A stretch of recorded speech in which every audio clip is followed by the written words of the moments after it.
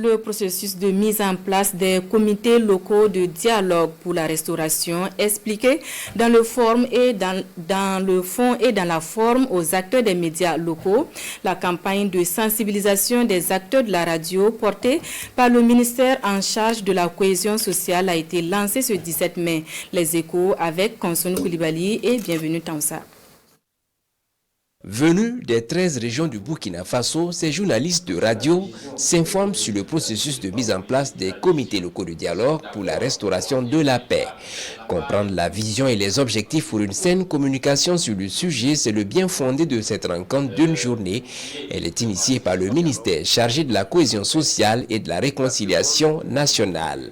Cette campagne vise à outiller les animateurs de radio locales sur la mise en œuvre des comités locaux de dialogue pour la restauration de la paix et sur le processus de dialogue qui sera engagé. Cette sensibilisation vous permettra désormais de véhiculer le message juste et crédible pour susciter la mobilisation et l'adhésion des populations au processus de dialogue en cours. En d'autres termes, le gouvernement de la transition, à travers mon département, entend sonner la mobilisation générale des Burkinabés pour venir à bout du terrorisme. Et dans cette dynamique, l'action des médias publics et privés est déterminante et urgente. C'est le 1er avril dernier que le chef de l'État, Paul-Henri Sandaogo Damiba, a annoncé la mise en place des comités locaux de dialogue pour la restauration de la paix. Outre ce chapitre, ces hommes et femmes de médias renforcent leur connaissance sur la notion de journalisme sensible au conflit. La nationale de l'eau et de l'assainissement revisite les acquis de sa collaboration avec les acteurs ruraux d'affermage. Une rencontre bilan de près de 2 décennies de collaboration avec en ligne de mire l'atteinte de 90% de taux de couverture à l'horizon 2030 en matière d'eau et d'assainissement. Salif Belem et Ahadi Sandamba. Les contrats d'affermage dans le cadre du programme national d'approvisionnement en eau potable à l'horizon 2030 sur la table de diagnostic. Directeurs régionaux de l'eau et de l'assainissement, services de l'ONEA, opérateurs privés et usagers se retrouvent ici pour faire le bilan de la mise en œuvre des centres d'affermage. Il faut dire que les centres affermés, pour ceux qui ne savent pas, c'est des centres pour lesquels soit l'ONEA, soit des opérateurs privés ou des associations exercent donc l'activité d'exploitation pour le compte des communes, qui sont les maîtres d'ouvrage et qui sont les propriétaires des installations. Donc, à travers des différents contrats qu'on appelle le contrat d'affermage, ces prestataires privés ou bien l'ONEA assurent la distribution de l'eau potable. Et dans le cadre de la mise en œuvre de ce programme, il est prévu que 90% des systèmes d'adduction d'eau potable en milieu rural ou semi-urbain soient gérés par des opérateurs privés. Après plusieurs années d'implémentation, le Burkina Faso est à seulement 3%. Les défis restent alors immenses, d'où la tenue de ce séminaire sur la gouvernance des services d'eau dans les centres affermés.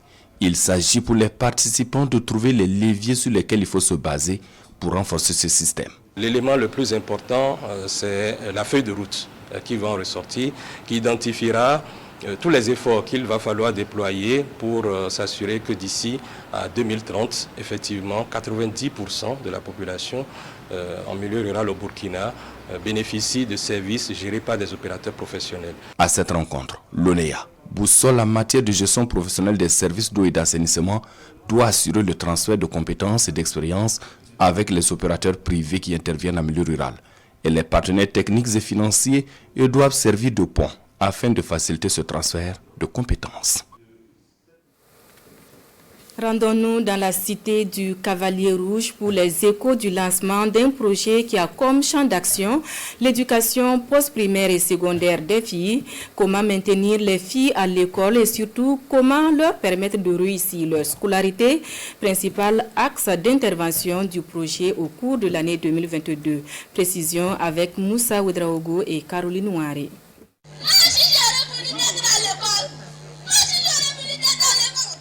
Les élèves répètent les messages de sensibilisation à longueur de sketch, slams et balais, les bénéfices de la scolarisation et du maintien des filles à l'école, les conséquences négatives pour les couches récalcitrantes à l'appel.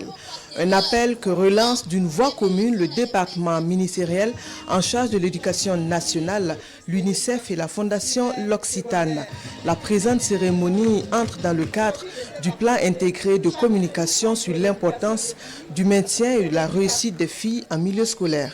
C'est une occasion très belle pour sensibiliser les enfants eux-mêmes, les filles, sur les fléaux sociaux qui pourraient miner leur éducation, à savoir la consommation de produits tels que les drogues, l'alcool, les grossesses non désirées et la prostitution, qui sont des mots qui pourraient miner l'éducation des filles de façon spécifique et de tous les enfants en général. Les organisateurs citent 550 élèves, dont 10 élèves de sexe masculin, comme bénéficiaires du projet pour la région du Centre-Ouest.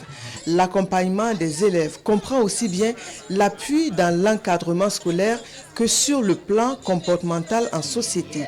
Des messages que les bénéficiaires semblent plutôt bien assimilés.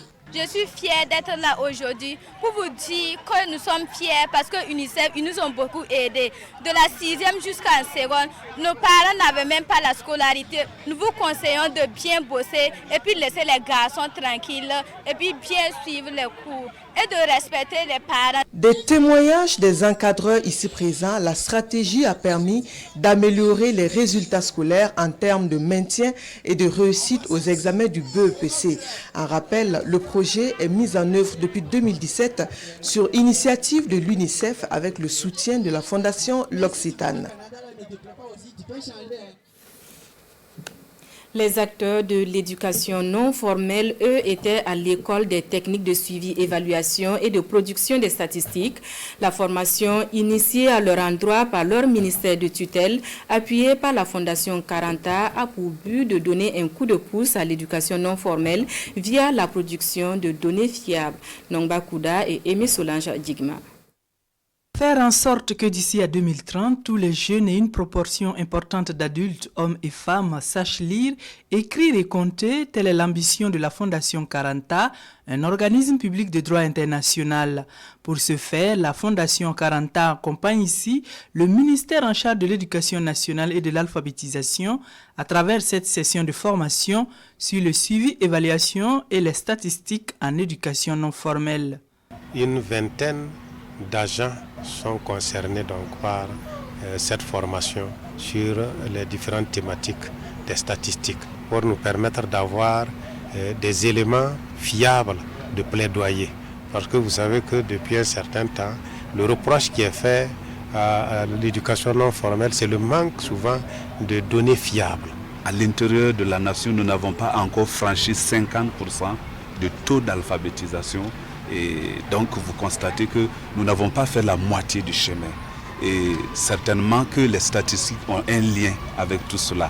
Nous aurions peut-être mieux compris quels sont les goulots d'étranglement et ça va nous permettre de regarder au niveau des curricula, ça va nous permettre de regarder au niveau des approches d'enseignement, ça va peut-être aussi nous permettre de regarder au niveau de la logistique pour faire en sorte que notre éducation non formelle puisse être boostée. Il s'agit au cours de cette session d'outiller ces acteurs du monde de l'éducation non formelle sur les fondamentaux des statistiques officielles, notamment sur les critères de bonnes données statistiques et sur la détermination des indicateurs de base dans l'analyse et le traitement des données afin de permettre au Burkina de disposer des données fiables dans le domaine. Tapis rouge pour le Burkina Faso, invité d'honneur à la première édition du Salon international de la culture, du tourisme et de l'artisanat de la Guinée. La journée à lui dédiée est mise à profit pour mettre en lumière le Made in Burkina. Retrouvons notre envoyé spécial en Guinée, Draman Dadian.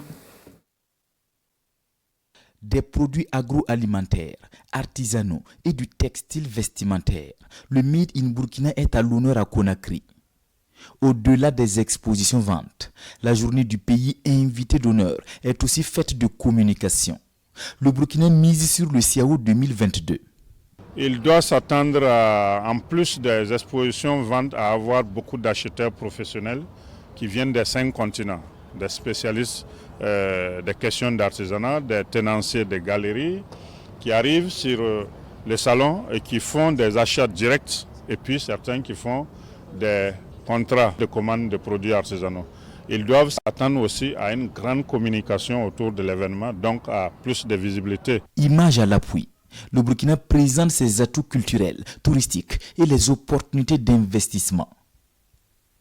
De quoi convaincre l'Afrique et le monde sur la destination Burkina, un pays hospitalier. Je suis du Niger, donc c'est le prolongement carrément du Burkina Faso. Je pense que je suis touché par les opportunités qui se trouvent au Burkina Faso dans ce domaine de la culture, dans ce domaine de l'artisanat, dans ce domaine de l'ingéniosité et de la créativité. Nous sommes prêts à venir au Burkina Faso, nous sommes prêts. Toute l'Afrique doit venir au CAO, toute l'Afrique doit venir au Burkina Faso parce qu'aujourd'hui, le Burkina Faso nous prouve par les films que nous avons vus, par les communications que nous avons vues, que c'est un pays où il faut aller et que c'est un pays où il va investir.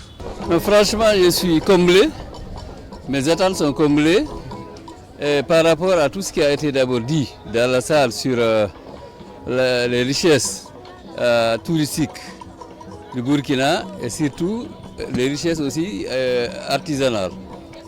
Ça a été une présentation franchement complète de toutes les potentialités. Pour une journée à elle dédiée, la délégation burkinabé mène une véritable opération de charme, ici en terre guinéenne, à la faveur du SICTA, qui a mobilisé une dizaine de pays. L'avenir du G5 Sahel sans le Mali, l'actualité est décryptée par nos confrères de la presse écrite et à la lumière de la sortie médiatique du président nigérien. Les journaux du jour traitent également de l'évaluation de la situation sécuritaire au Burkina Faso par les experts de la CEDEAO. La revue de presse de Vincent Kendrebogo.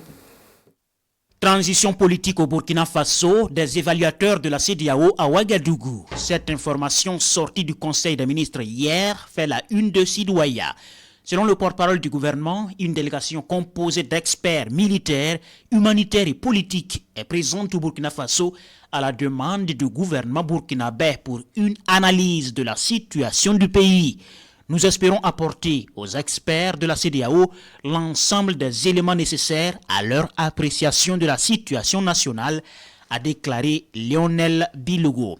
Lutte contre le terrorisme au Sahel, Mohamed Bazoum signe l'acte de décès du G5 Sahel.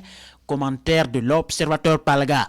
Le président nigérien a une réputation bien établie de franc-parleur qui sait se passer de langage diplomatique pour dire ce qu'il pense. Eh bien, dans une interview, il a déclaré sans embâche qu'avec le retrait du Mali de l'organisation, le G5 Sahel est mort. Quand Bazoum joue avec la réelle politique, avec risque, écrit aujourd'hui au Faso, francophone